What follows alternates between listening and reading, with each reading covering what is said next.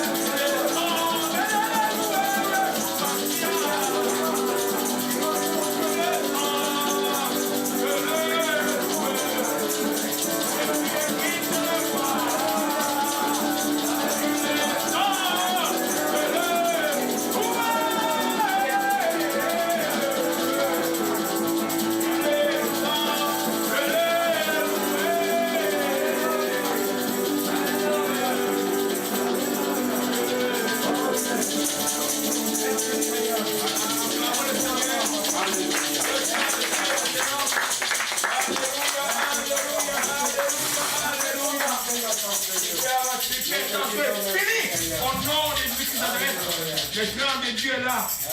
Alléluia. On parle au Bible, on va prier. On prie, Père Céleste, je bénis ton Saint-Nom, je le sanctifie de tout mon cœur. J'ai quitté ma maison vers ce lieu de prière pour t'adorer, pour te louer. Merci Seigneur d'avoir agréé ma louange, d'avoir reçu mon adoration. Père, je te rends grâce de préparer mon cœur maintenant par le Saint-Esprit que je puisse recevoir la semence de la vie, la semence pure de Dieu. Qui est sa parole dans mon cœur aujourd'hui? Je crois que cette semence portera des fruits et des fruits qui vont demeurer dans ma vie. Père, je te rends grâce pour cette grâce que tu me fais. Au nom de Jésus-Christ. Au nom de Jésus-Christ. Je t'ai ainsi prié. Amen. On peut s'asseoir, le Seigneur est bon. Acclamons encore le Seigneur. L'hypertension est finie. L'hypertension est finie. Gloire à Jésus-Christ. Amen. Alléluia. On est dans un temps très glorieux du Seigneur. Les chants que Moïse vient de chanter, c'était une prophétie qui est sortie. C'était quand? Jeudi. Alléluia. Et puis, directement, Dieu l'a donné et les rythmes directement, automatiquement. C'était une prophétie qui était sortie ici. Hein? Des cris de joie. Amen. Regarde pas autour de toi. Regarde pas ce qu'ils tentent de faire la nuit, ces gens-là. Toi, des cris de joie pour toi. Ils ne peuvent pas t'avoir. Amen. Amen. Alléluia. Amen. Vous ne peuvent pas t'avoir. Tu es enfant de Dieu, tu es corrigé de Christ. Vous savez, David, nous parlons du roi David, c'est temps ici, l'homme selon le cœur de Dieu, nous sommes dans la partie de Tsiglag. Mais vous savez que David a eu 2 fois avoir son ennemi en face comme ça. Il a laissé tomber. Est-ce que Saul a survécu? Non. Alléluia. Amen. Les enfants ne rendent pas le mal pour le mal, mais Dieu les défend, il les défendra véritablement, ne crains pas. Alléluia. Amen. Gloire à Jésus-Christ. Oh. Amen. Et gloire à Jésus-Christ. Dans mon cahier là, il y a les noms de notre sœur et Dieu m'a parlé de hier à 4h du matin. Je vais te montrer. C'est Dieu qui a voulu que tu sois là et que je vais le prier pour toi. Amen. Allez, vous voyez un peu? Parce que Dieu n'oublie pas ses enfants. Amen. Ne sois pas un moment de dire, ah, où est Dieu? Si tu es de Dieu, ils peuvent tous les ténèbres. Ils peuvent être intrafamilial ou extrafamilial, ils ne vont pas te vaincre. Amen. Alléluia. Parce que Dieu suscitera toujours quelqu'un quelque part pour prier pour toi. Amen. Toujours. Parce que tu es enfant de Dieu. Amen. Alléluia. C'est le temps aussi pour ceux qui marchent encore comme ça là, c'est le temps de recentrer les pieds. Nous sommes dans le temps de jouer. Amen. Alléluia. Amen. Jésus revient. J'ai eu une vision hier pour le Congo. Je voyais le Congo et puis un gros arbre un tronc d'arbre qui était totalement coupé hier. Hein, comprenez ce que vous voulez voir. Alléluia. Il y a beaucoup de choses que Dieu va changer à ce temps ici. Amen. Alléluia. Si tu es un Congolais qui me suis, et bon, je sais que la politique est là, mais priez fort. Priez spécifique, mais soyez spécifique. Que les méchants quittent le pays. Ne priez pas en désordre. Tout le monde connaît ce qui soit sur les méchants. Qu'ils soient familial ou pas familial, quitte le pays. Alléluia. Amen. Et puis un chrétien, si toi tu crois à cause de ta famille, ton oncle est gouverneur, toi tu vas à l'église et puis tu défends le gouverneur, tu as des problèmes avec Dieu. Alléluia. Amen. Gloire à Jésus-Christ. C'est un message juste pour le Congo parce que c'est des choses que tu m'as parlé hier, la nuit. Alléluia. Amen. Le Seigneur est bon. Nous sommes dans cet enseignement merveilleux de David, l'homme selon le cœur de Dieu. Nous sommes dans la partie 11 aujourd'hui. Nous sommes en train de voir ce mot qui a compliqué certains d'entre vous le premier jour. Ça s'appelle Tsiglag. Alléluia. Tsiglag. Tsiglag, comme on l'a vu, c'est un refuge qui n'en est pas un. C'est une ville des Philistins où David, voyant la situation devenant intenable, l'oppression incessante, la peur, Saul ne se fatiguant pas, revenant toujours, il a dit, oh, vaut mieux pour moi que je fuis à Tsiglag. Donc Tsiglag était la ville des ennemis permanents et naturels d'Israël. Et David arrivant, étant à Tsiglag, commença à faire comme ces gens-là. Il est devenu menteur, il est devenu hypocrite, il allait tuer, il effaçait les traces. Et dans le plan de Tsiglag était que David puisse rater la priorité parce qu'il s'est préparé maintenant à aller combattre Israël avec les Philistins. Et heureusement que Dieu a fait échouer ses plans en disant auprès des Philistins, ces types-là qui ne viennent pas avec vous. Et en rentrant, parce que déjà il avait péché déjà en pensée, en retournant, Tsiglag était quoi? Brûlé. Brûlé. Toi qui commets erreur, de dire qu'un jour, je vais combattre les méchants, je vais combattre le sorcier tout en étant, toi et les Haïtiens, tu tombes, tu es dans le piège. Ils vont débarrasser petit à petit. J'ai vu une vision sale, c'est une peau remplie de asticots, des asticots. Hein? C'est des choses que nous voyons. qui sont très, très... Des fois, on n'a pas d'explication, mais des fois, on les a. Alléluia. Amen. Donc, si là, on était dans la partie 2, dimanche passé, on avait terminé avec quand tu as tout perdu et comment tu fais pour recouvrir ce que tu as perdu. Alléluia. Allons un peu dans Samuel 30. Je demande à Kevin, notre lecteur du mois. Je vais prendre des lecteurs maintenant par mois. C'est une bonne idée. Amen. Par mois. Comme ça, ça va obliger les gens d'être là tous les mois. Amen.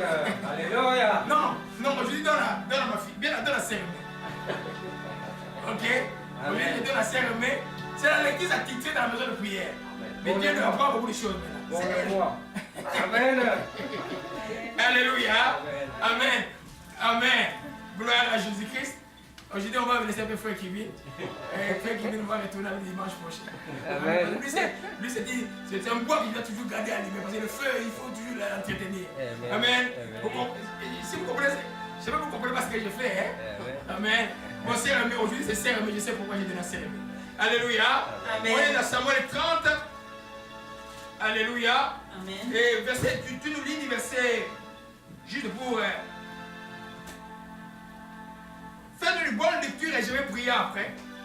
Jusqu'à Samuel 1, 30, verset 1 à 12. Je m'excuse, c'est long, mais je vais faire un résumé.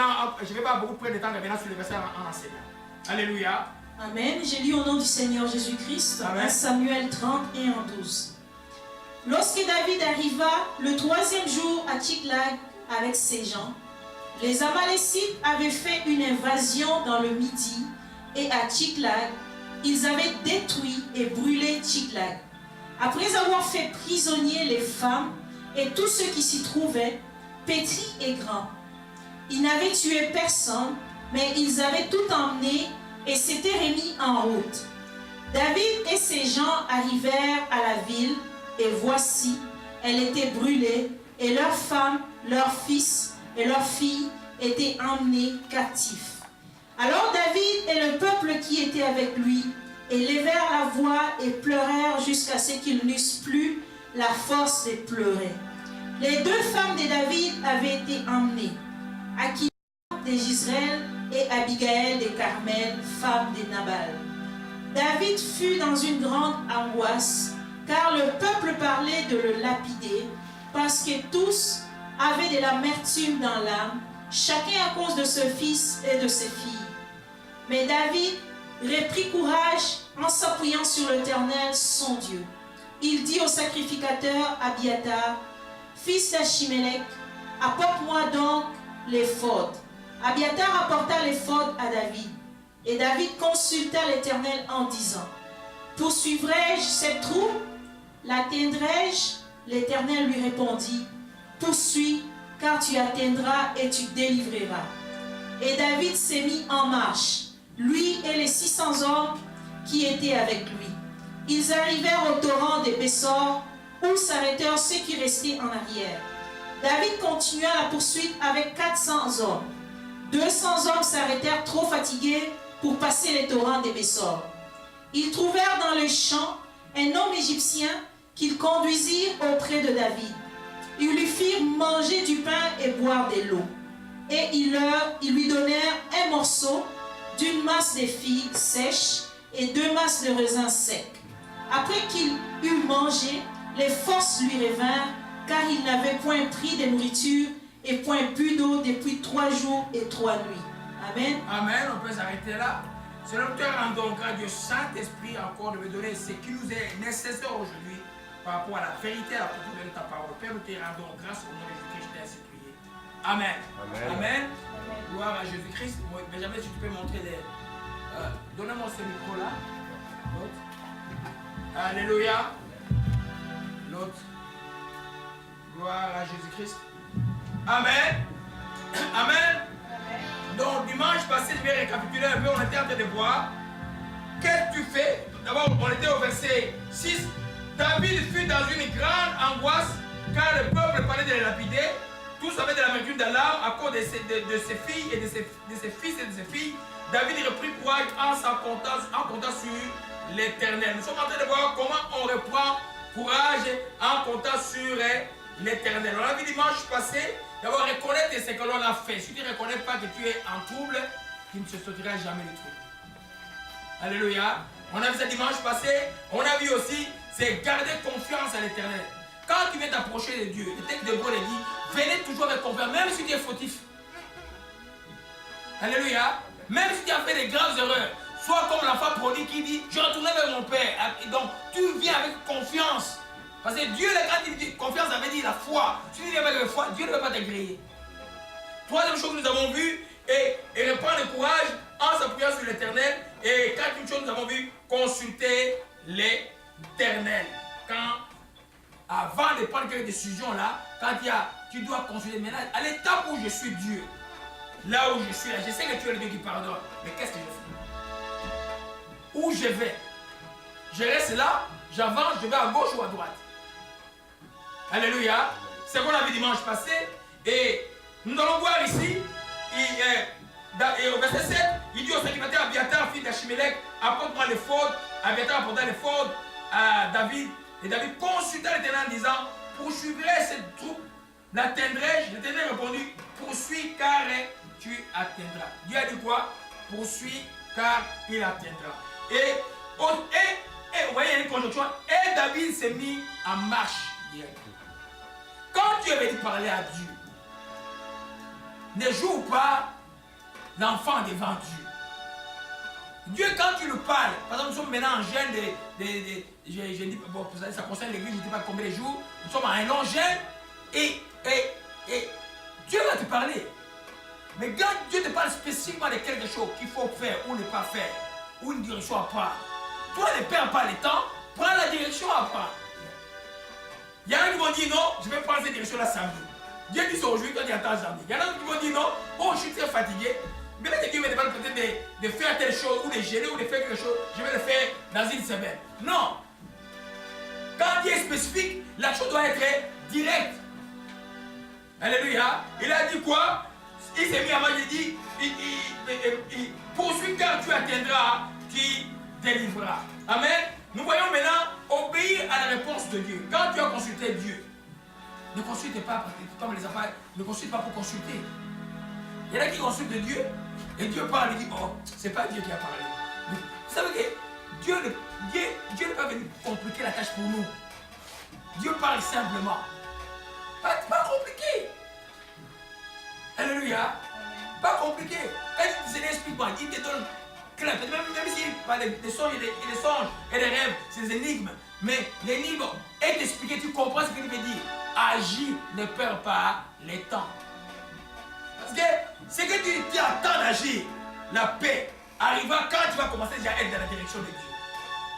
Pas quand tu es au point mort.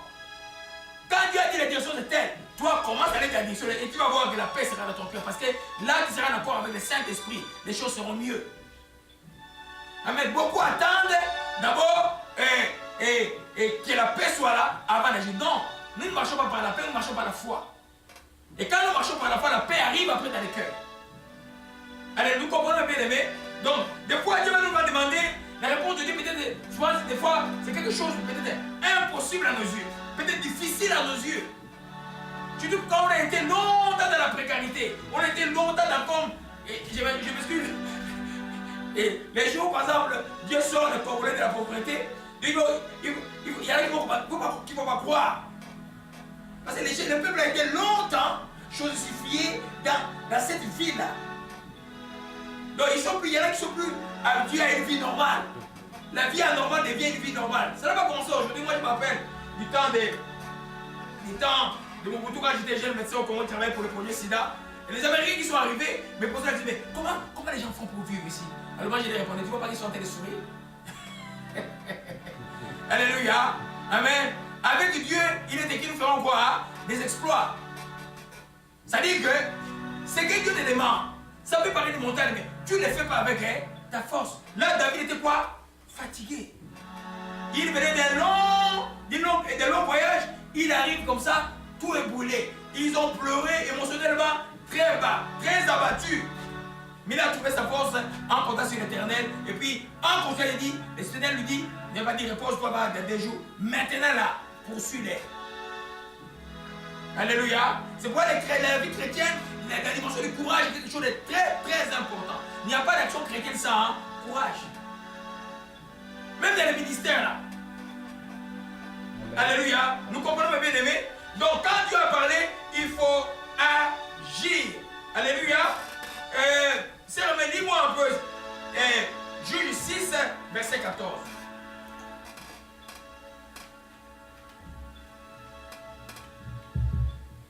Juge 6, verset 14. Alléluia. Benjamin, augmente un tout petit peu. Amen. Ça va? Ok, oui, tu diminues un tout petit peu. Amen. Amen. J'ai lu au nom du Seigneur Jésus-Christ. Amen. Juge 6, verset 14. Alléluia. L'Éternel se tournant vers lui et dit, va avec cette force que tu as et délivre Israël de la main des mendiants. N'est-ce pas moi qui t'envoie? Alléluia. Amen. Continue encore un peu, deux versets de suite. Gédéon lui dit, ah mon Seigneur, avec quoi délivrerai-je Israël? Voici, ma famille est la plus pauvre à Manassé, et je suis le plus petit dans la maison de mon père. Verset 16, l'Éternel lui dit, mais je serai avec toi et tu battras mendiant comme un seul homme. Amen. Amen. Amen. Amen. Amen. Vous comprenez bien aimé? Gédéon c'est un jeune homme. Israël pendant longtemps menacé, comprimé.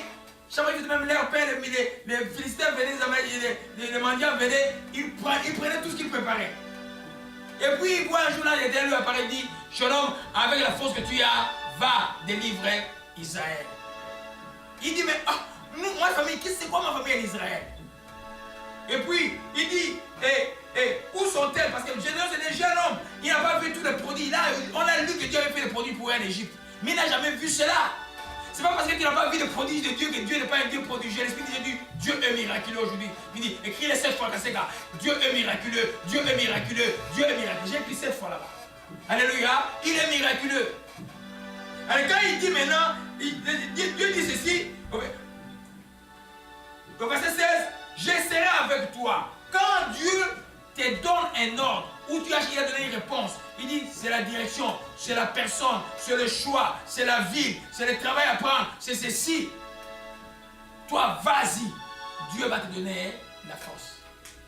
Il y a des chrétiens comme ça là, il arrive, il a pris quelque part, on les prend, il a pris comme tu vois, il y a des applications, il y a des entreprises, on a appris pour des postes élevés, des plus bas, et puis on lui donne des postes élevés, mais il a peur parce qu'il n'a pas eu la formation pour ça. Non, vas-y. Vas-y. Ne crains pas. Oh, je n'ai pas l'expérience de directeur, vas-y. Oh, je n'ai pas l'expérience de président, vas-y. C'est Dieu qui dit, vas-y. Quand Dieu dit vas-y, il te donne la force parce qu'il sera avec toi. Les disciples de Jésus, combien ont étudié?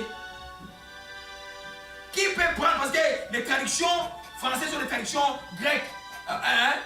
Et la littérature grecque, elle est sur des niveaux. Regardez comment Pierre écrit. Tu peux me croire que c'est quelqu'un qui n'a pas étudié? Il y a Dieu qui donne cette intelligence. Parce que Dieu l'a choisi. Alléluia. Quand Dieu te donne, n'aie pas peur des réponses. Il dit, ah non, toi tu dois quitter ce pays, va là-bas. N'aie pas peur. Moi je suis un rescapé parce que ma vie devait être faite aux États-Unis. Mais la peur m'avait bloqué au Canada. J'ai fait mes études, j'ai tout eu, tout comme ça là pour aller aux États-Unis. Mais j'ai regardé le nombre d'enfants, j'ai dit, ah, tout ça là. Mais j'ai raté d'abord le travail à cause de la naissance de Benjamin. Quand j'ai raté ce travail, il y avait plus de postes. Peut-être qu'il fallait que je parle, il n'allait pas mourir. Je ne sais pas. Hein? Mais je préfère rester pour prier pour son accouchement. Et on ne m'a jamais pris le prix dans ce travail.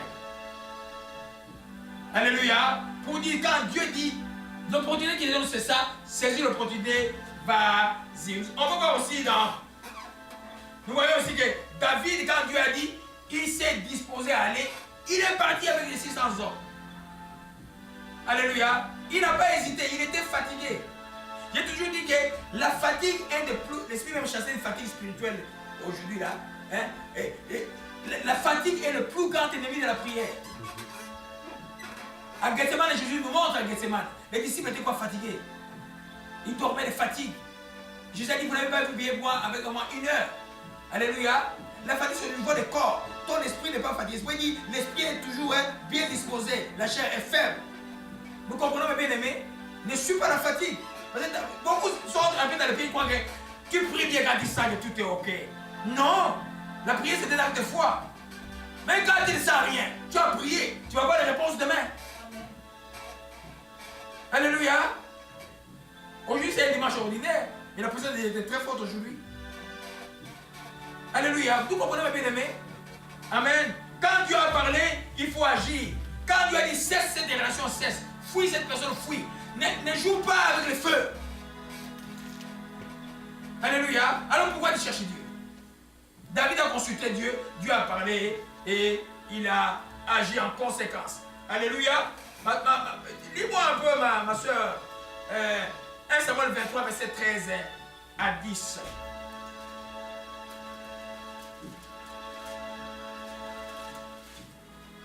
Oh, gloire à Jésus-Christ. J'ai lu au nom du Seigneur Jésus-Christ, 1 Samuel 23, verset combien s'il vous plaît? 10 à 13. 7 à 10. Non, 10 à 13. 1 Samuel 23, 10 à 13. On en a déjà parlé de Keïla, mais je vais revenir sur ça pour montrer quand Dieu parle. Parce que nous sommes en train de tuer, nous disons l'homme selon le cœur de Dieu. Si tu es un homme et une femme selon le cœur de Dieu, tu dois agir comme David. Alléluia. Amen. Amen. Et David dit, Éternel Dieu d'Israël, ton serviteur apprend que Saul veut venir à Keïla pour détruire la ville à cause de moi. Les habitants de Keïla me livreront-ils entre ses mains? Saul descendra-t-il comme ton serviteur l'a appris? Éternel Dieu d'Israël, daigne le révéler à ton serviteur. Et l'Éternel répondit, il descendra. David dit encore, les habitants de Keïla me livreront-ils, moi et mes gens, entre les mains de Saul? Et l'Éternel répondit, ils te livreront. Alors David s'éleva avec ses gens au nombre d'environ 600 hommes. Ils sortirent de Keïla et s'en alla où ils purent. Saul, informé que David s'était sauvé de Keïla, suspendit sa marche. David demeura au désert dans les lieux forts et il resta sur la montagne du désert des Ziph. Amen. Amen. Amen. Vous voyez un peu, des fois on consulte Dieu, quand on s'attend toujours à ce que Dieu va dire, va donner une réponse qui sera mieux pour nous. David peut-être s'attendait à dire que Dieu dit non, qu'il vienne, tu vas le battre ici là. Non, Dieu dit où que les gens de Keïla vont le défendre. Mais non, Dieu dit non, ils ne vont pas te défendre. Alors quelle action il a posé? Il a fait comme ils vont me défendre, je fais quoi? Je fuis. Hein? Je fuis. Mais quand tu vois que Dieu te dit que ces gens-là vont te tuer, mais tu ne comprends pas, il te dit aussi fuis ces gens-là. Quand Dieu te dit que ces gens-là vont te détruire, ou cette personne va te détruire, quelle que soit la relation que tu as avec, tu ne sais pas que cette personne peut être à mort, tu fais quoi? Tu fuis, tu t'écartes. La Bible dit que les sages voient les dangers, ils s'écartent. Des fois, Dieu te révèle, tu as prié, Dieu te révèle, mais les sentiments, mais non, fuis. Alléluia, fuis. Nous comprenons, mes bien-aimés? Amen. Donc, quand Dieu a parlé, nous devons agir. Nous devons quitter la religion. Dans la religion, Dieu ne parle pas. Dans la religion, on dit, Seigneur, s'il te plaît, pendant des années. Dans la relation avec Jésus-Christ, on converse avec Dieu. Tu as posé la question, il te répond. Et toi, tu agis en conséquence. C'est le pourquoi nous prions. Alléluia. Amen. Nous voyons là qu'à Keïla, Dieu a dit non, ils vont te livrer, il n'est pas. La même chose, quand vous allez dans la tête de Josué, on peut passer l'écriture là-dessus parce qu'on va avancer. Josué, Dieu lui dit, c'est toi qui vas mettre ce pays ici en possession. Mais prends quoi? Courage. Mais je dis, il y avait les gens qui habitaient le pays, c'était des gens nombreux, ils étaient puissants. Mais tu sais que tu fais cela avec la force de Dieu, ne crains absolument rien. Donc, la première chose, quand on obéit à la réponse de Dieu, quand Dieu a parlé, il faut agir. La deuxième leçon que nous prenons, ne soyez pas comme les enfants d'Israël les temps de Jésus. Ma soeur, lis-moi un peu ce texte, Luc 7, verset 31-32. Et comme beaucoup de chrétiens aujourd'hui, ils lisent la Bible, quoi, c'est une blague. Dieu montre que le temps de la fin arrive, ils croient qu'ils sont en train de jouer. Dieu montre que le monde là va être détruit, non, ils sont en train de jouer. Alléluia. Amen. Luc 7, verset 31-32. J'ai lu au nom du Seigneur Jésus-Christ, Luc 7, versets 31 à 32. À qui donc comparerai-je les hommes de cette génération et à qui ressemblent-ils? Ils ressemblent aux enfants assis dans la place publique et qui, se parlant les uns aux autres, disent: nous vous avons joué de la flûte et vous n'avez pas dansé. Nous vous avons chanté des complaintes et vous n'avez pas pleuré. Car Jean-Baptiste est venu... Non, on s'arrête là. 32, répète d'abord le 32. 32. Oui. Ils ressemblent aux enfants assis dans la place publique et qui, se parlant les uns aux autres, disent: nous vous avons joué de la flûte et vous n'avez pas dansé. Nous vous avons chanté des complaintes et vous n'avez pas pleuré. Alléluia. Amen. Je vais lire en français courant. Alléluia. À qui puis-je comparer les gens d'aujourd'hui? À qui ressemble-t-il? Ils ressemblent à des enfants assis à la place publique et dont les uns crient aux autres: nous avons joué un air de danse sur la flûte, mais vous n'avez pas dansé. Nous avons chanté des chants de deuil, mais vous n'avez pas pleuré. Donc ça veut dire quoi? Dieu parle, les gens n'écoutent pas. Dieu parle, les gens sont discrets. Dieu parle, les gens sont comme... Ils s'amusent. Vous savez qu'il y a un moment Israël, pendant longtemps, Dieu ne parlait pas. Quand tu as le privilège, la grâce que Dieu te parle en songe, Dieu te parle par prophétie, Dieu te parle par révélation, Dieu te parle par la parole, tu dois pouvoir agir dans la direction que Dieu te donne. Mais pourquoi nous sommes chrétiens si Dieu ne parle pas? Amen. Dans les clubs, les églises, clubs sociaux, oui, les gens vont, ils vont pour monter les habits, des fringues. Non, une vraie église de Dieu, Dieu parle. Si Dieu ne parle pas à une église, il n'y a pas. La Bible dit que l'esprit de la prophétie, c'est l'esprit de Jésus-Christ. S'il n'y a pas l'esprit de la prophétie dans l'église, mais l'esprit n'est pas en mouvement dans cette église. Alléluia. Nous comprenons, mes bien-aimés. Amen. Donc, quand Dieu a parlé, il faut s'exécuter. Troisième chose que nous voyons, mettre votre foi à l'action avec la force que Dieu la force que Dieu donne. Revenons encore un peu en arrière avec Gédéon. Dieu dit: je serai avec toi. Dieu a dit à Gédéon: avec la force que tu as, agis. Est-ce que nous savons que le Saint-Esprit est l'esprit de force? Amen. Dieu ne vous a pas donné l'esprit de peur, mais l'esprit de quoi? De force, d'amour et de sagesse. Le Saint-Esprit était l'esprit de force. Mais la force de Dieu souvent se manifeste quand on se sent faible. C'est pourquoi cette force vient par la grâce. Mais ça demande que toi, avec ta volonté, tu amorces le mouvement, tu avances, tu commences à faire. Je prends un exemple, un étudiant qui étudie en médecine ou en pharmacie, il y a beaucoup de livres comme ça. Hein? N'est-ce pas, Kevin? Kevin a dit ouf, il a fini. Hein? Beaucoup de livres comme ça. Mais maintenant là, quand tu vas à la bibliothèque demain, tu es en pleine session. Mais tu es un peu un étudiant intelligent, mais stupide comme moi j'étais. C'est-à-dire que moi j'étudiais que si tu me suis, tu ne réussis pas. Toute l'année, je joue, et puis là, j'organise des fêtes et tout ça. Quand on arrive au mois d'avril, je disparais. Et puis les gens viennent à table de l'Europe, on va se mettre il passait toujours là. Il ne faut pas être comme moi. Faut pas être comme nous. On était un groupe de 7, nous appelait le Wanted. Il ne faut pas être comme nous là. Amen. Un étudiant doit être organisé dès le début de la session et tout et tout. Pourquoi quand je suis arrivé ici, heureusement que j'étais déjà adulte, je savais me jouer des coups. Alléluia. Ce que je voulais dire, c'est quoi? Tu ne vois pas le volume de ce qu'il y a. Tu ne vois pas la grandeur du problème. Tu vois l'ordre que Dieu donne. L'ordre que Dieu te donne, c'est quoi? Tu dis avance, avance, touche, éloigne-toi. Toi, ne regarde pas comment ça va se passer. Mais Dieu, c'est lui qui t'a donné l'ordre. Il sait comment gérer la situation de crise. Il n'y a pas un meilleur gestionnaire de ce genre de crise que l'Éternel des armées, que le Saint-Esprit. Tu vas passer par. Alléluia. Amen. Gloire à Jésus-Christ. Parce que des fois, Dieu a donné l'ordre, mais toi, tu regardes toujours ailleurs. Dieu a donné l'ordre, mais là, des fois, Dieu veut parler. Alléluia. Amen. Et Psaume 84, verset 8. Alléluia. Nous sommes en train de voir, David a obéi à la réponse de Dieu. Il est allé directement. Nous tirons un principe, obéir à la réponse de Dieu. Nous sommes dans c'est un sous-principe. Nous allons mettre sa foi en action avec la force que Dieu a parlé. Quand Dieu a parlé, ça nous demande que nous exécutons avec foi.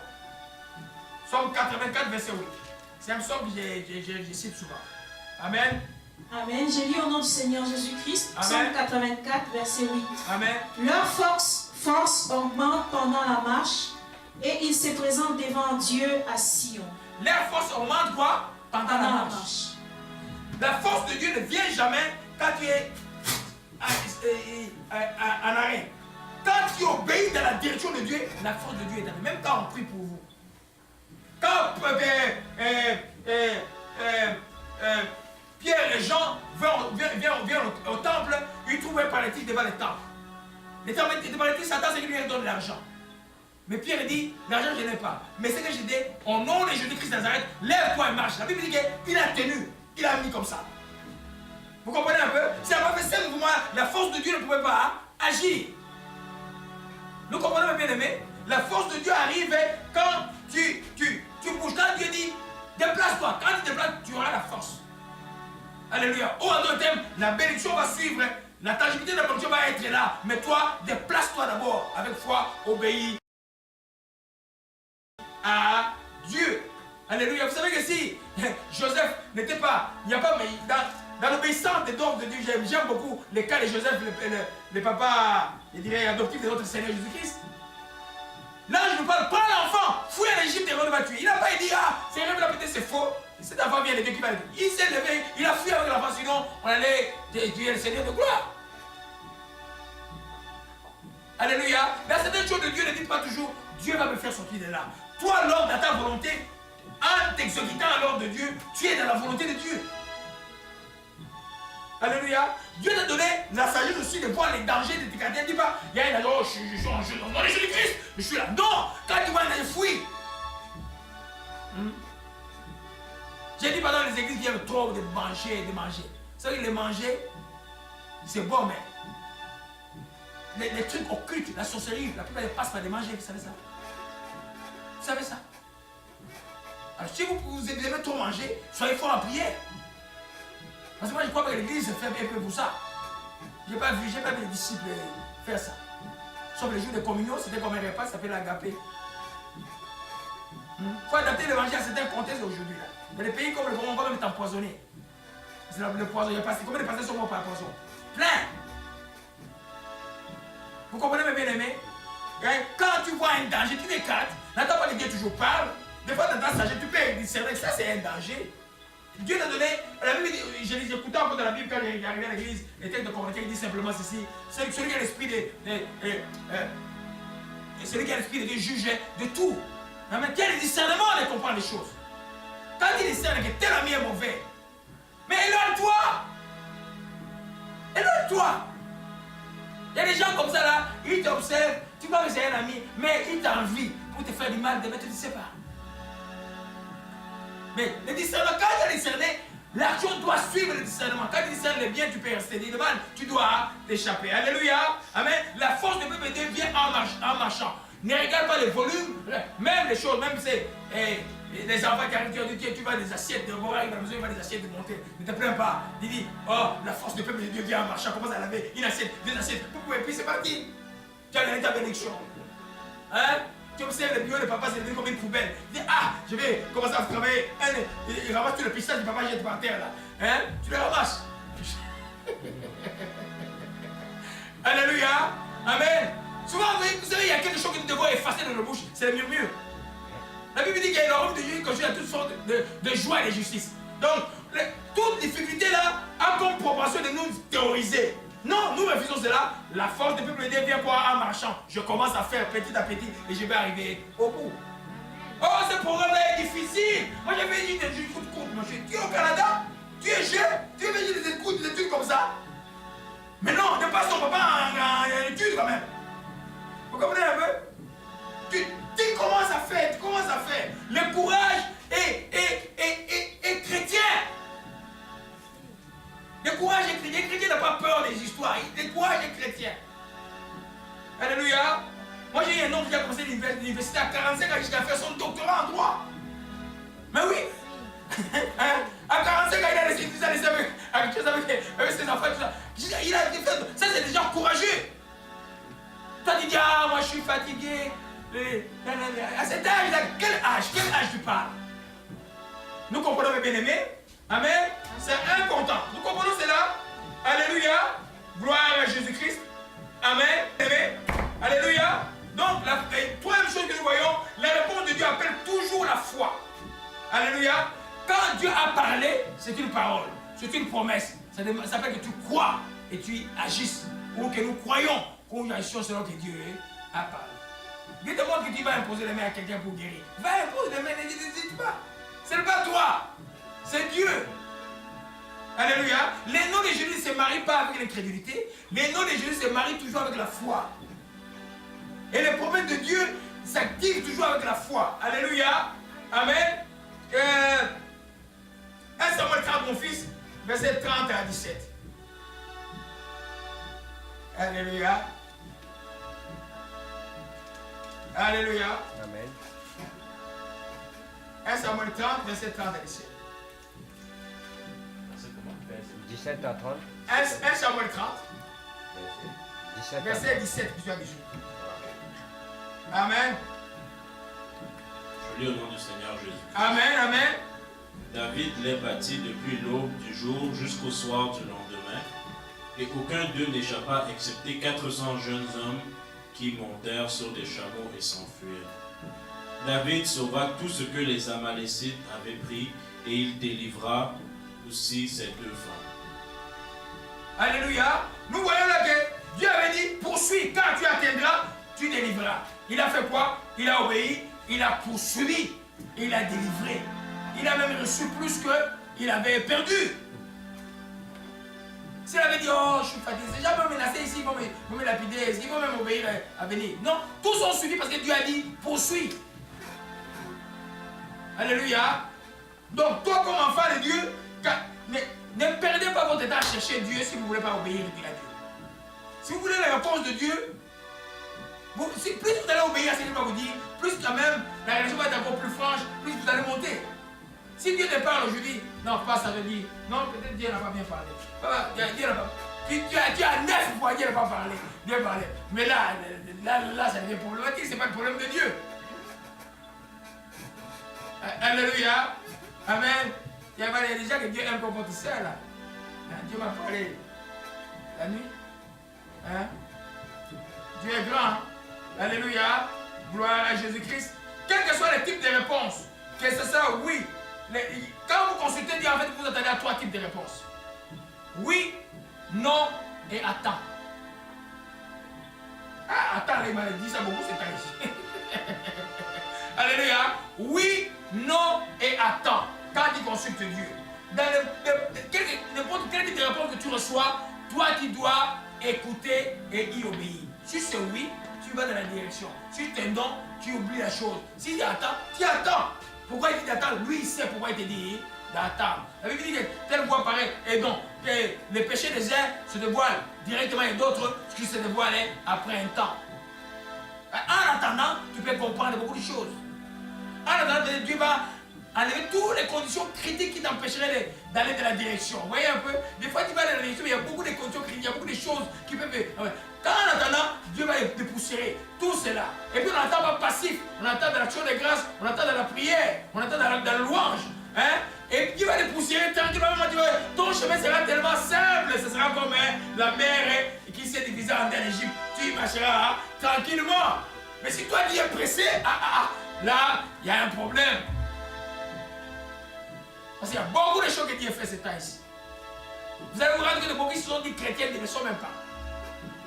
Alléluia. Nous comprenons, bien aimé. Gloire à Jésus-Christ, que son nom soit béni.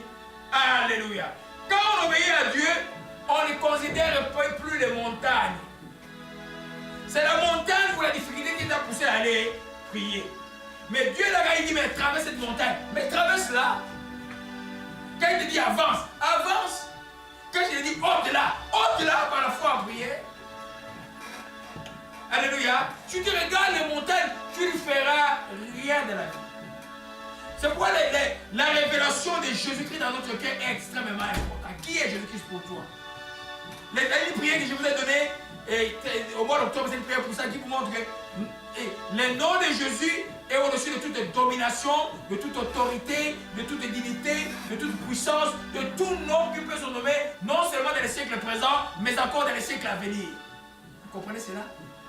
Donc il n'y a aucune autorité spirituelle. Comme Paul dit, aucune divinité. Parce qu'il y a plusieurs dieux, avec des petits dés, qui ne peut résister au nom de Jésus-Christ Nazareth. Amen. Mais ce nom-là requiert quoi? La foi et la confiance. Quand il dit au nom de Jésus, tu le dis avec foi. Et évidemment, dans ton cœur, c'est Jésus-Christ Nazareth, pas un autre Jésus. Pas Jésus de Prague.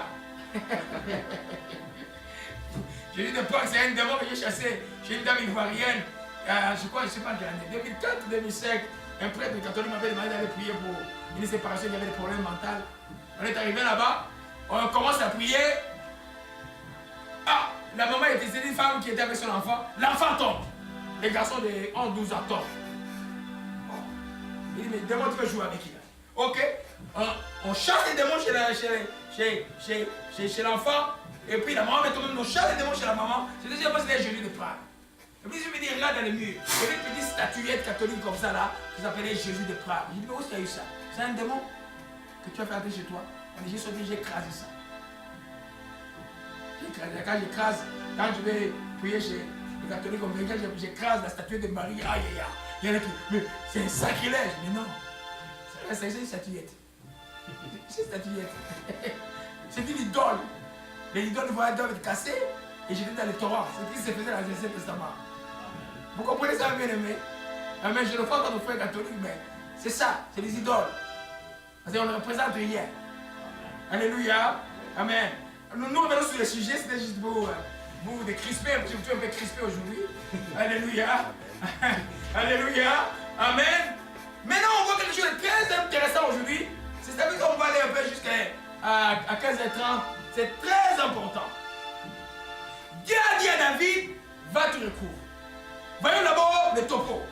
David arrive, toute la famille était partie. Ces gens même parlaient de quoi? De les lapider. Donc David était dans un état émotionnel très bas. Donc il était comme quelqu'un de déprimé. Mais il a trouvé sa force en comptant sur l'Éternel. Généralement quand on est dans des situations comme ça, naturellement les gens naturels, les gens qui ne connaissent pas Dieu, il y a l'amertume, il y a la haine, il y a aussi un regard plus sur soi, on ne regarde plus le prochain. On regarde, je règle d'abord mon problème à moi, d'accord. D'abord moi. Parce que mon problème est grand d'abord, on ne regarde plus. Alléluia. Mais ce que le principe que nous voyons ici est très important. L'histoire de notre sœur nous a lu. David, mon fils, même nous répéter 1 Samuel 30, verset 9 à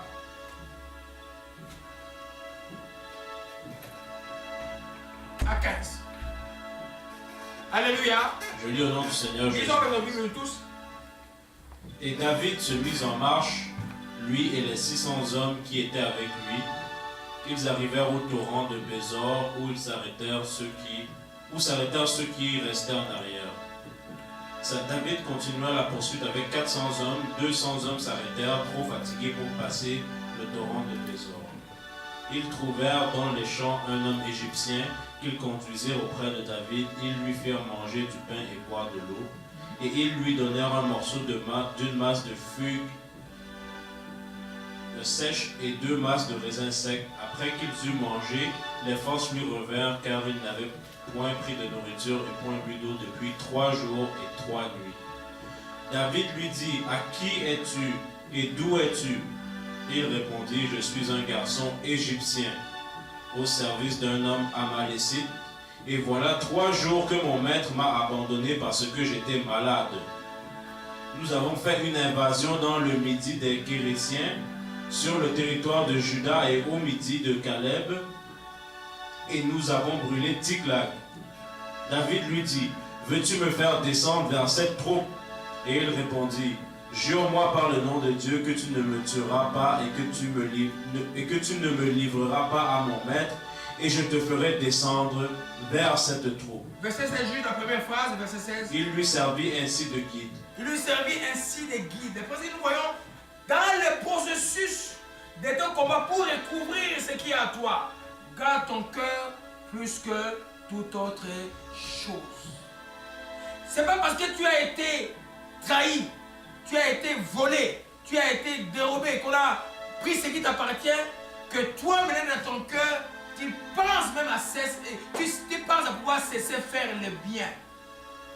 L'histoire c'est quoi? David fatigué. David consulte Dieu. Dieu dit, va poursuivre, tu atteindras, tu recouvriras. David maintenant, avec 600 hommes, va en cours de route. Première déception, 200 personnes l'abandonnent. Ils sont fatigués, ils ne veulent pas aller. 400 plus fidèles vont aller avec lui. Et David, en cours de route, tombe sur un jeune homme égyptien. Il ne connaissait pas qui était ce jeune homme égyptien. Il ne savait même pas que c'était parmi les gens qui étaient venus prier Tsiglag. Il a juste vu, vous voyez le verset 9, il trouvait dans les champs un jeune homme égyptien qui conduisait auprès de David, il lui fit manger de pain et de l'eau. Il ne lui a même pas posé une question. Ils ont vu quelqu'un en détresse, n'ayant pas mangé, tu es malade, et puis tu manges pendant 3 jours et 3 nuits. Donc quelqu'un de totalement déshydraté et fatigué. La compassion n'a pas cessé dans le cœur de David et ceux qui étaient avec lui.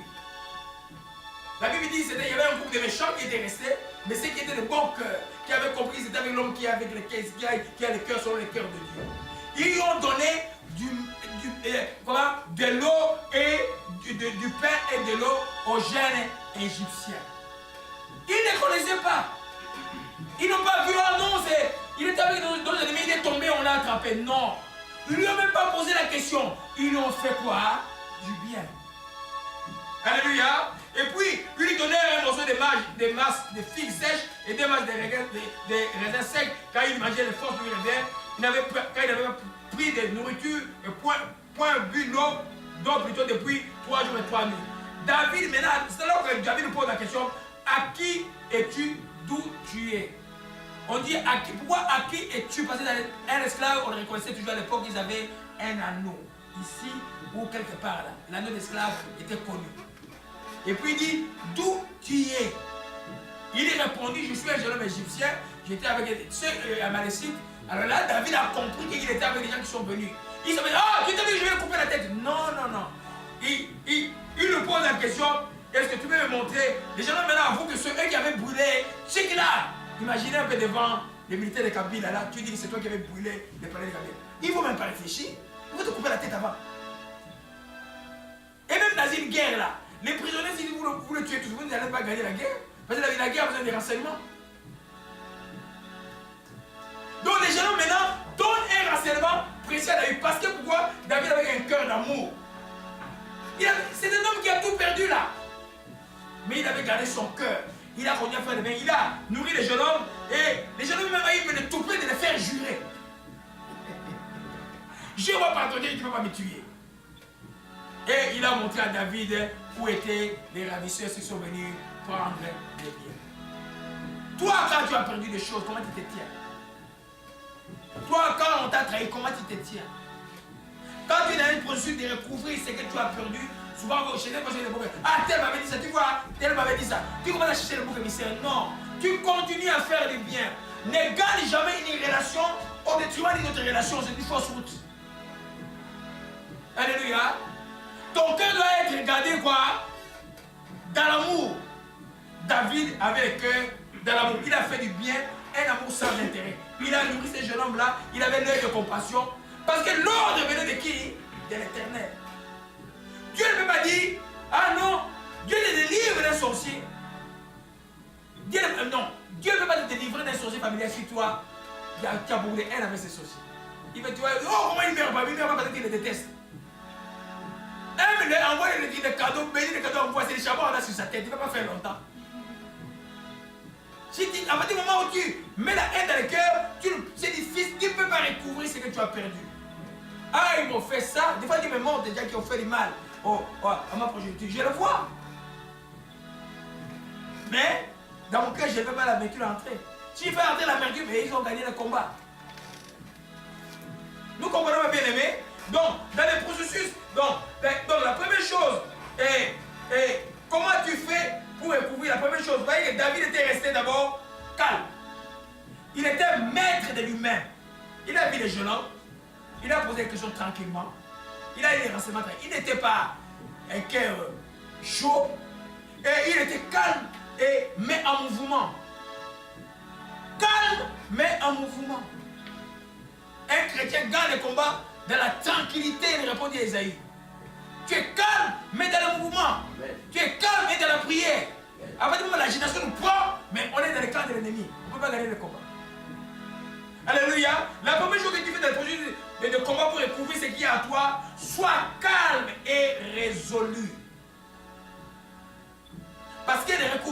chrétiens. David dit dans le psaume 18, je poursuivrai mes ennemis, je les atteindrai, je ne reviendrai pas avant de les avoir anéantis. Tu peux faire ça spirituellement, récupérer tout ce qu'on t'a volé. Alléluia. Mais il faut être calme et résolu. Je suis calme, je sais que je vais récupérer chacun de mes enfants pour Jésus-Christ.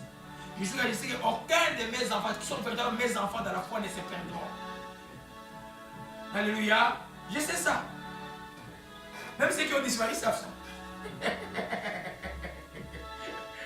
Alléluia. Proverbe 16, verset 32, mon fils. Alléluia. Beaucoup de leçons avec ce qu'il a. Beaucoup de leçons. Vous savez que si l'église chrétienne n'enseigne pas la sagesse aux gens, mais on a des problèmes. Ah non, on chasse des démons du matin au soir. On veut dire on chasse seulement les démons. Vous n'enseignez pas la sagesse de vie. Ça, c'est la sagesse de la vie. Parce que beaucoup aujourd'hui sont restés dans les prisons de mal que l'on a fait il y a 30 ans. Il est resté là. Ils m'ont fait ça. Ils m'ont fait ça. Quand il voit, il apprend dans le couloir. Oh, il passe. Après dimanche, il va à l'église. Il dit, je suis loup, Dieu, loup, Dieu. Mais ça marche. Mais ça marche pas ici avec la Jésus-Christ. Allez, mon fils qui vient. Je lis au nom du Seigneur Jésus. Amen. Celui qui est lent à la colère vaut mieux qu'un héros, et celui qui est maître de lui-même que celui qui prend des villes. Amen. Celui qui est maître de lui-même, celui qui sait se maîtriser, c'est lui qui gagne les combats, qui prend des villes. Un général qui n'est pas calme ne gagnera jamais de villes. Pendant l'éviter se battre, lui, il a la stratégie. Comment on va faire pour surprendre l'ennemi? Il faut être calme. Alléluia. Je plains vraiment les gens de mon pays, ils aiment beaucoup parler. Mais soyez calme, il y en a même qui voient, il a une stratégie de combat, de politique, il va parler de ça à la télévision. Mais vous êtes malade. Mais vos ennemis vont prendre des avants tout le temps, des avants sur vous. La stratégie, que ce soit spirituel, des fois, on les garde. Moi, des fois, des choses que Dieu m'a parlé dans la nuit, je ne vous dis pas. Je reste, Dieu me confirme, je reste calme. Alléluia.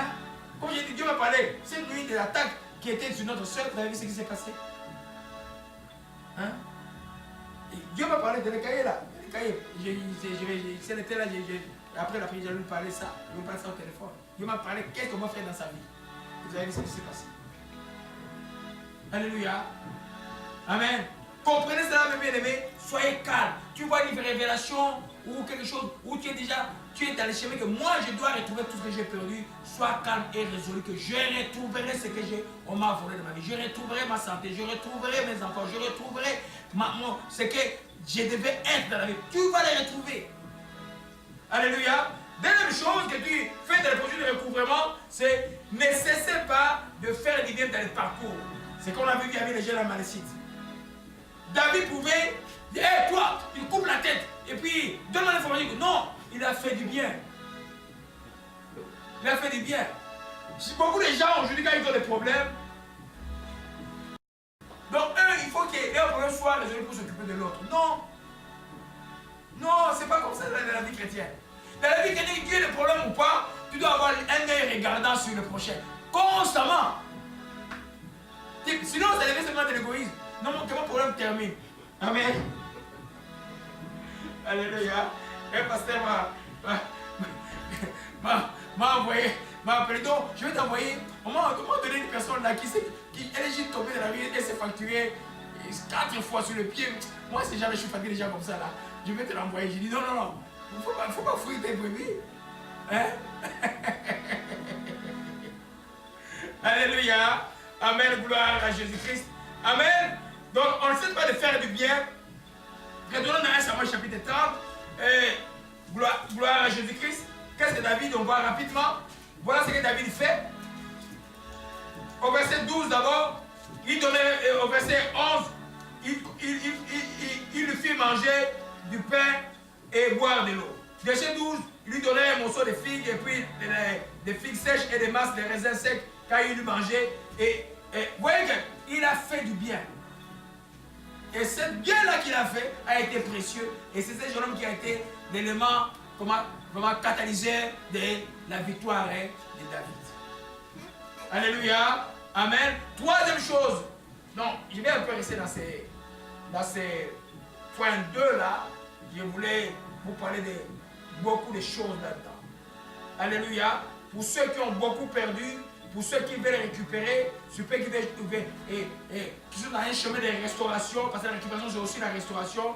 Alléluia. Vous voyez David là, il ne s'est pas senti rejeté. C'était un homme qui était poursuivi. Il y a longtemps qu'il n'a plus vu ses parents. Hein. Il était en cavale. Maintenant il arrive chez son ami qui était ennemi d'Israël, on l'a encore trahi. Mais il ne s'est pas senti rejeté.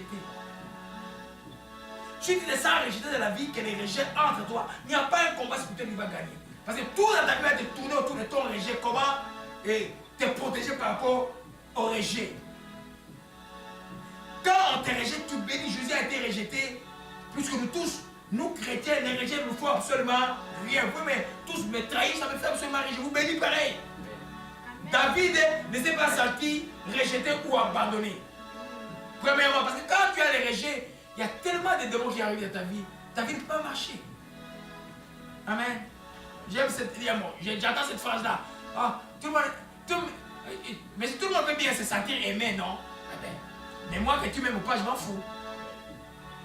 Amen. Sinon, mais là, je vais chercher les gens à m'aimer tout le temps, là, ça va pas. Tu dois avoir le travail de Dieu, tu vas chercher de t'aimer, mais on va dire, tu sais qu'ils vont t'aimer, ça sera qui, hein? Le travail de Dieu, tu ne cherches pas, tu programmes la vérité. Ceux qui aiment la vérité vont être tes amis. Ceux qui ne programment pas la vérité ne seront pas tes amis. Jamais! Jamais ils seront tes amis. Il y en a qui viennent juste pour que tu pries pour eux, mais ils ne sont pas tes amis. Alléluia. Deuxième chose, David ne s'est pas soucié du malheur de l'Égyptien. Il a pris soin du malheureux. Quand tu devais recouvrir, tu es dans un projet, un grand projet. Tu veux grandir de grandes choses. Ne cesse pas de faire du bien. Fais du bien à autrui. Hein? C'est comme quelqu'un qui est en crise. Tu es en crise, tu te restes 10 $. Mais là, c'est je lui dis, ah, tu vas chercher des choses dans $. Tu rentres juste dans la porte de $, à quelqu'un dans le foie de demande de l'argent. Toi, là-bas, tu as $3, tu dis, mais est-ce que je donne ou bien je ne donne pas? Il fait quoi? Hein? Tu donnes? Tu donnes? Tu donnes, c'est ce que ça veut dire. Alléluia. C'est ce que ça veut dire. Alléluia. Amen. Il ne s'est pas soucié du malheur. Il s'est soucié du malheur de l'Égyptien. Troisième chose, il n'a pas rendu le mal par le mal. Quand il y a des personnes, quand la personne aurait dit, ah, j'étais avec ceux qui ont brûlé Tchiklag. La Jésus m'a dit, hein, nous avons brûlé Tchiklag. C'était les gens de Kabila, il a été coupé la tête directement sans réfléchir. Hein? Nous avons brûlé Tchiklag. Mais quelle est la réponse de David? David dit quoi? Veux-tu venir nous faire descendre vers cette troupe? Il était calme. Il était comme, oh, quand les autres, les gens insensés diront, ah, c'était l'ennemi, on le frappe. Un homme, ça dit, oh, c'est une opportunité. Comment je peux utiliser cette personne méchante pour mon avantage? Vous savez ça? Une personne me sert, celui qui est sage, en Dieu peut l'utiliser pour son avantage. Alléluia. David a nourri et cet enfant l'a poussé vers les ennemis d'Israël. Alléluia. Quatrième chose que nous voyons, évidemment c'est de ça que nous parlons, garde ton cœur plus de toutes choses car avec l'amertume, tu risques de mal agir. Chaque fois que tu as perdu quelque chose, chaque fois que tu es en détresse, fais attention à ton cœur, même s'il y a un deuil. Fais attention. Il y en a qui ont demandé l'amertume à cause de Dieu. Oh Dieu, si tu étais là, pourquoi tu es mort? Mais c'est bête. C'est bête. Toi, tu vas combattre Dieu à part que les membres de famille est mort. Tu vas gagner le combat contre Dieu. Et tu connais pas le cœur de l'homme. Hein? Tu l'as appelé tonton, je ne sais pas, tonton qu'il était vraiment. Hein? Tu ne sais pas. Hein? C'est Dieu qui connaît le cœur de l'homme. Hein? L'amertume dans une perte. L'amertume dans une trahison, l'amertume n'est pas démise, n'est pas permise dans le cœur du croyant. Parce qu'avec l'amertume vient le ressentiment, vient la haine, vient l'hypocrisie. Avec l'amertume, on finit par tuer.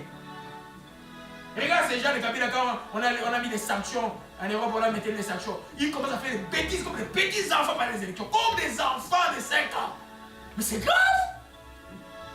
Les méchants ne peuvent pas être sages. On peut pas être méchant et être sage, c'est impossible. C'est une fausse sagesse qui finira un jour. Alléluia. Gloire à Dieu. Nous comprenons, mes bien-aimés. Amen. Donc, garde ton cœur. Qu'on te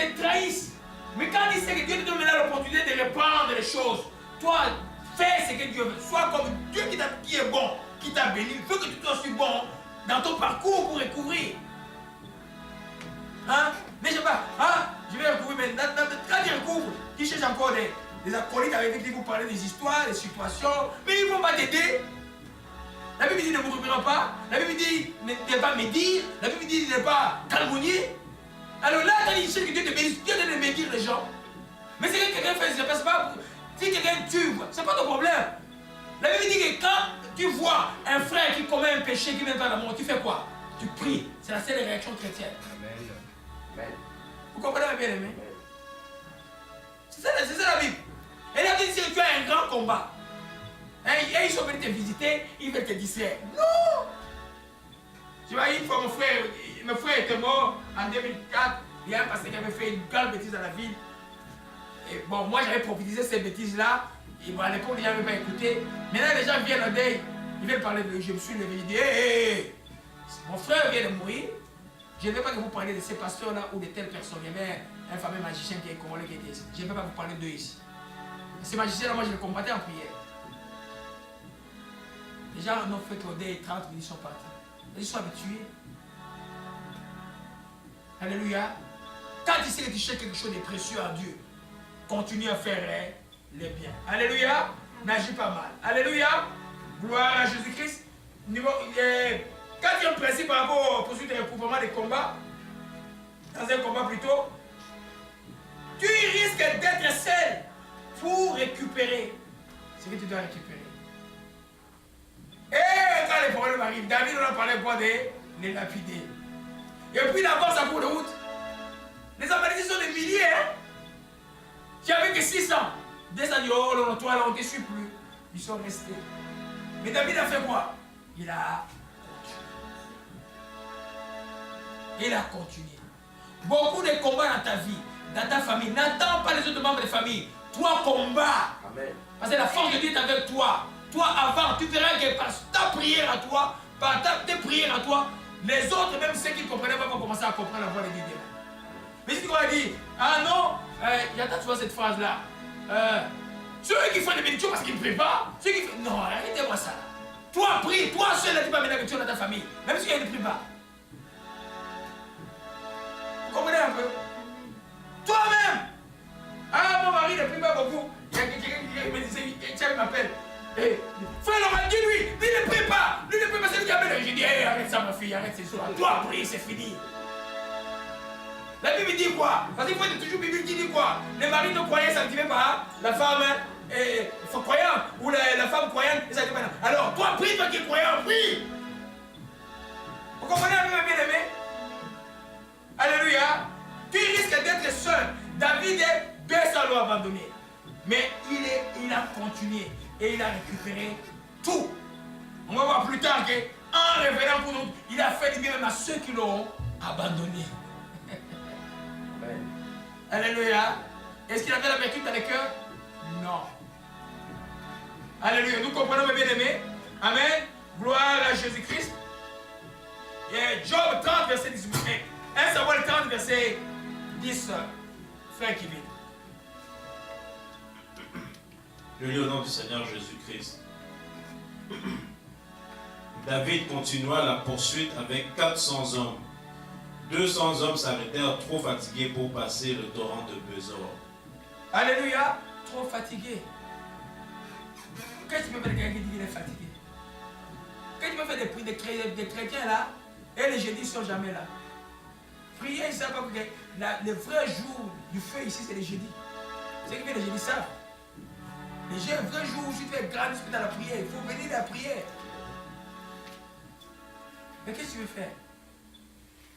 Ils vont hériter tous de la bénédiction. Et ceux qui ont combattu, ceux qui n'ont pas combattu parce qu'ils sont en train de dire. Nous comprenons bien aimé. Alléluia. Donc c'est important que nous comprenions.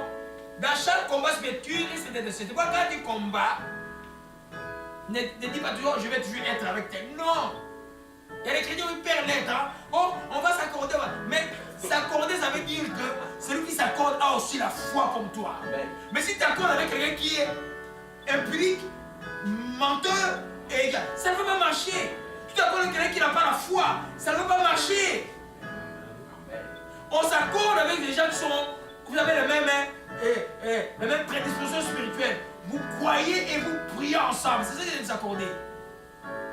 Mais beaucoup de combats, tu les gagneras seul. Surtout en famille là. Je ne veux pas attendre que Benjamin arrive, Moïse arrive et puis. Non, non! Ils savent, les enfants, moi quand je me réveille, je suis à genoux. Ils étaient tout petits pour faire Régis. Vous voyez Moïse là. Hein? Les premiers instruments qu'il a joué, c'est le tabouret de Dolorama. Le tabouret jaune de Dolorama, ici, il n'y en a plus. À l'époque, il y avait le tabouret jaune de Dolorama. C'est le premier instrument qu'il a joué. Alléluia. Amen. Alléluia. Amen. Donc, ne regarde pas, quand tu es dans le parcours, peut-être vous êtes à une situation de maladie chronique à la maison, les gens sont fatigués. Toi, ne te fatigue pas, toi, crois en Dieu. Il y a un texte de près qui m'arrive, et rapidement à l'esprit. Gloire à Jésus-Christ, que son nom soit béni et soit exalté. Alléluia. Oh, ma chique, mera, ma chique.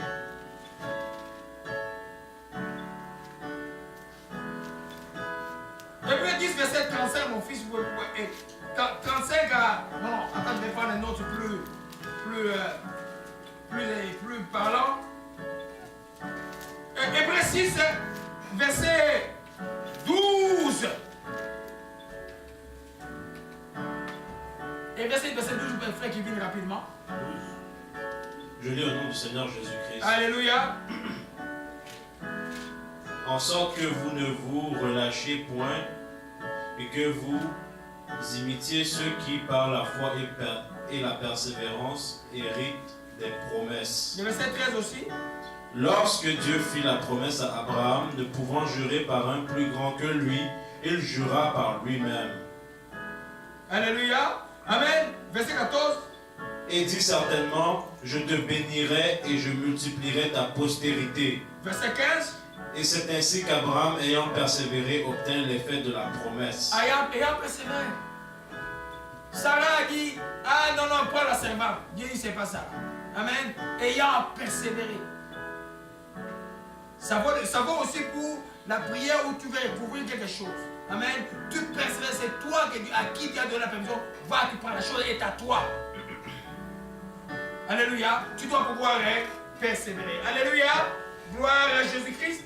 Amen. Septième principe, voyons, souvent, nous récupérons plus que nous avons perdu. Des fois, les gens, ont perdu. Ah, tu as la personne qui est divorcée, fatiguée comme ça. Comment ça te promener à Montréal, en train de parler lui-même de la rue ou au chocolat tout non! Ce que tu as perdu par méchanceté, tu recouvreras plus que ça, toujours. Vous comprenez un peu? C'est tellement clair dans la Bible. Job a tout perdu, hein? Il a perdu tout ce qu'il avait comme avoir, il a perdu tous ses enfants. La femme lui dit, mais tu restes intègre, mon Dieu, amen. Mais non! Vous allez dans le chapitre 41, la Bible dit, il le double de tout ce qu'il avait perdu. Parce qu'il a persévéré. Alléluia. Retournons dans le chapitre 30 pour voir ce qui est arrivé à David. Amen. C'est pourquoi tous ces temps difficiles que tu passes dans la prière, tous les temps que tu gênes, tu es en train de chercher la volonté de Dieu, tu auras une grande récupération. Alléluia. Tu auras une très grande récupération. Alléluia. Gloire à Jésus-Christ. Alléluia. 1 Samuel 30,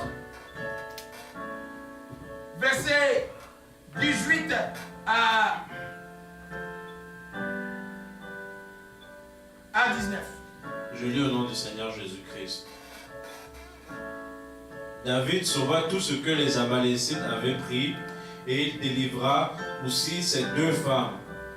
Il ne leur manqua personne, ni petit, ni grand, ni fils, ni fille, ni aucune chose du butin, ni rien de ce qu'on leur avait enlevé. David ramena tout. Le verset 20. Et David prit tout le menu et le gros bétail. Et ceux qui conduisaient ce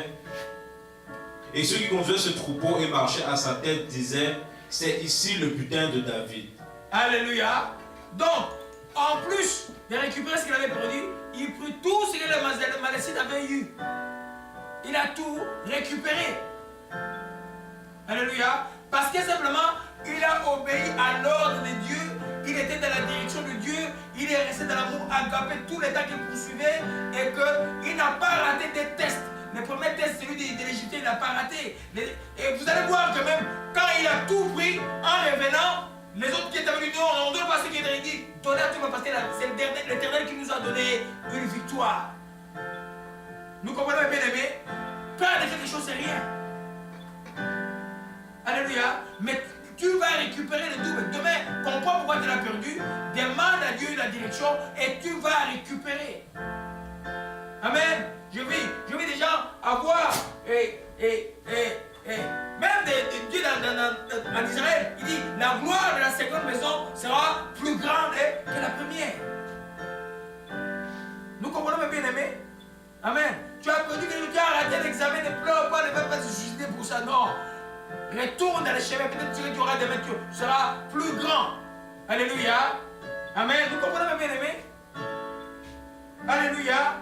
C'est un principe de vie. C'est pour montrer simplement qu'il faut savoir perdre. Quand vous avez perdu, ne perdez pas. Comprenez pourquoi vous avez perdu. David, là, il a perdu pourquoi? Il a perdu parce qu'il a désobéi à l'ordre de l'Éternel. Il a perdu parce qu'il devait, ta place n'était pas à Tsiklag. Ce qu'il faisait, c'est qu'il devait décider avec l'onction de Dieu qui est sur lui. Des fois, l'onction de Dieu nous combat. Quand il y a l'onction de Dieu qui fait des choses qui ne sont pas correctes, il va te combattre. Il va te dire comme toi, l'ennemi, c'est la Bible qui le dit. Et c'est que l'onction de Dieu devait faire attention. C'est pourquoi les fruits de l'esprit doivent être très évidents dans la vie de ceux qui ont l'onction de Dieu. Pourquoi beaucoup de pasteurs meurent jeunes à cause de ça? Tu as eu l'onction de Dieu, mais tu marches à les autres. Mais tu vas mourir. On va dire, ah non, là, non, tu vas mourir. Alléluia. Gloire à Jésus-Christ, que son nom soit béni et soit exalté. Alléluia. Amen. Nous voyons dans Job 42, verset 12, avant qu'on termine là. Reprends la joie simplement. Dieu dit à quelqu'un de reprendre de la joie. Alléluia. Gloire à Jésus-Christ.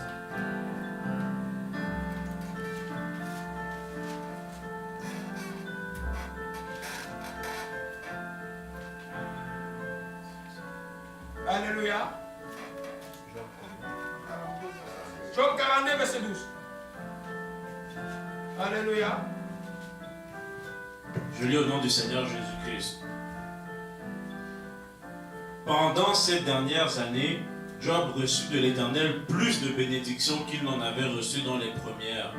Il posséda 14 000 brebis, 6 000 chameaux, 1000 paires de bœufs et 1000 ânesses. Alléluia. Lis le verset qui suit. Il eut 7 fils et 3 filles. Il donna à la première le nom de Jémina, et à la seconde celui de Kétia, et à la troisième celui de Kéren-Apu. Alléluia. Un instant, je vais. Amen.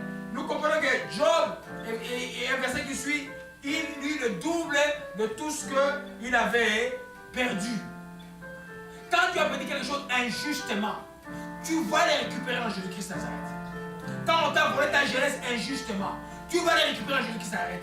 Quand on a volé ta santé injustement par les gens malfaisants, tu vas les récupérer au nom de Jésus-Christ Nazareth. Mais dans le parcours, garde ton cœur plus que toutes les choses. Garde l'amour dans ton cœur, bénis les gens et avance. Alléluia.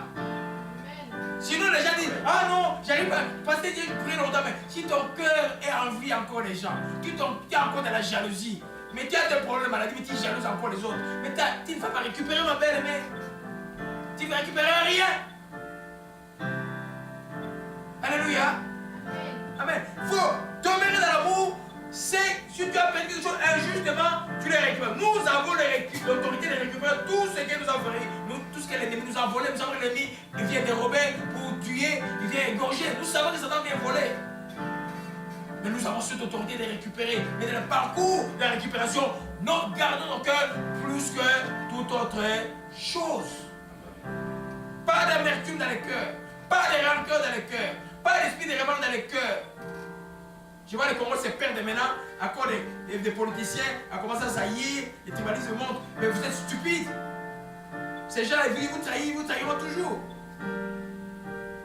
Et un peu. Et les chrétiens aussi là-dedans. Gloire à Jésus-Christ. On termine avec les derniers principes. Que faire? Faire ce que Dieu te donne. Que faire ce que Dieu te donne dans sa bonté? C'est-à-dire que des fois tu n'espérais plus l'avoir, c'est le bénédiction est là. Des fois, tu as prié ou chaque fois Dieu t'a donné. C'est ça qu'on qui a fait. Mais quand Dieu te bénit, la source de ta bénédiction est bonté.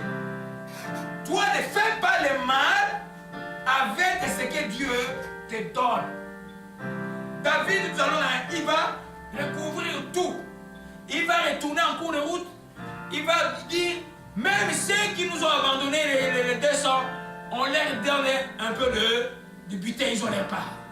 Et il prend 12 parties qu'il envoie en Israël. Il dit, voici le butin de l'Éternel. Il dit pas que c'est à lui de l'Éternel. Quand Dieu te bénit, c'est pour que tu sois une bénédiction pour les autres, c'est pas pour toi. C'est pas pour toi. Hein? C'est pas pour toi. C'est pour une bénédiction pour les autres. David est passé du malheur profond à une victoire profonde parce qu'il était résolu et il a tout récupéré et il a donné à tout le monde, même ceux qui l'avaient trahi. Toi, pour le faire, non, non, au moins c'est les gars quand tu donnes, et tu donnes aux sorciers, là ils vont travailler ton argent et puis demain tu vas voir, tu deviens un fou. Mais prie pour ça, il te donne en priant. Tu n'as pas foi à ta prière. Parce que ils sont toujours là. Dans le camp familial, par exemple, ils sont toujours là. Si toi, tu es de Dieu, tu dois gagner ton cœur, tu dois leur faire du bien. Et puis quand tu donnes ton passage, tu pries pour ça sérieusement. Si ils font les bêtises avec ces chardons ardents qui sont sur leur tête. Alléluia. Donc, jamais faire du mal avec ce que Dieu te donne. Alléluia. 1 Samuel 23, verset 24 à 26.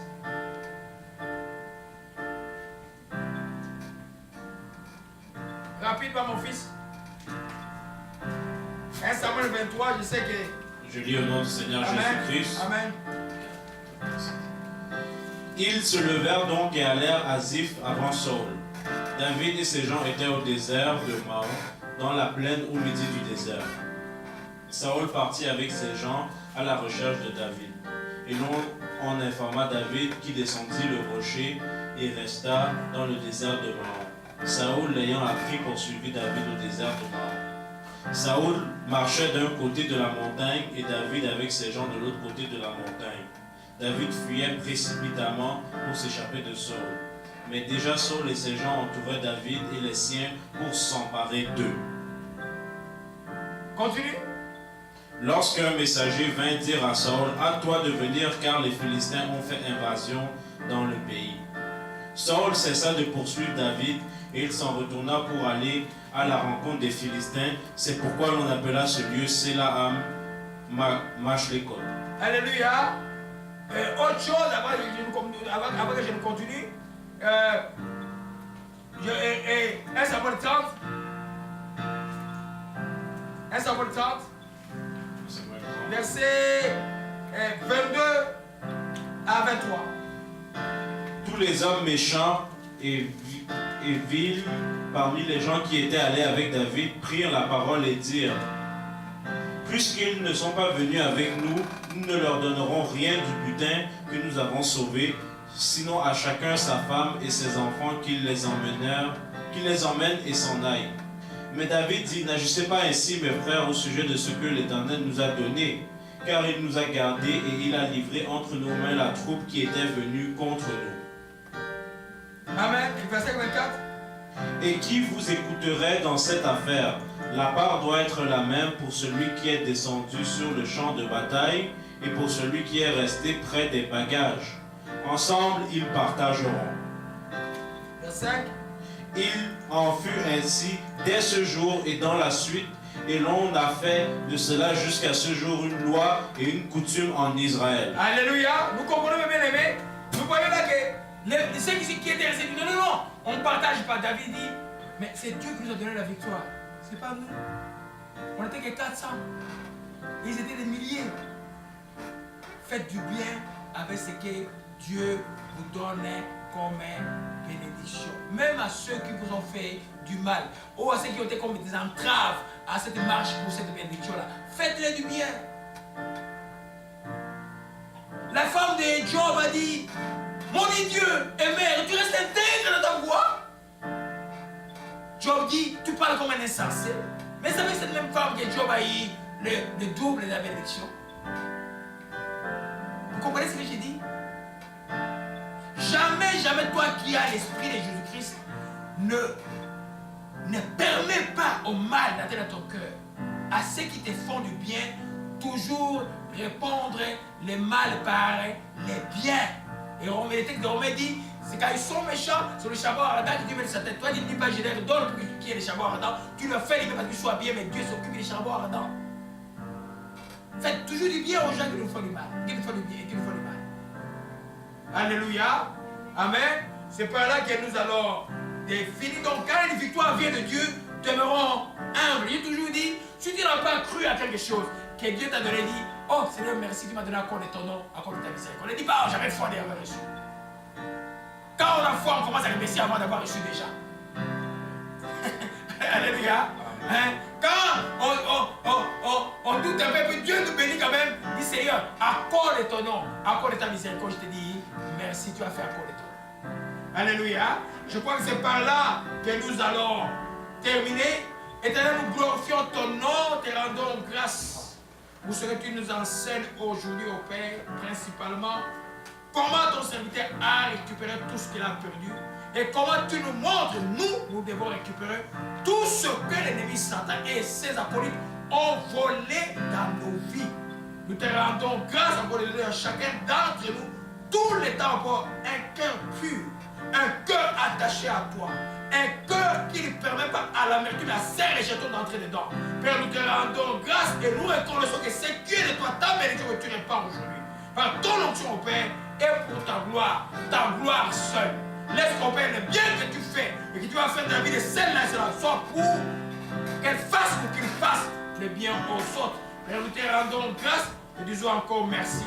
Que ton nom soit béni et soit exalté. Au nom de Jésus-Christ, nous t'avons ainsi prié. Amen. Amen. Acclamons le Seigneur.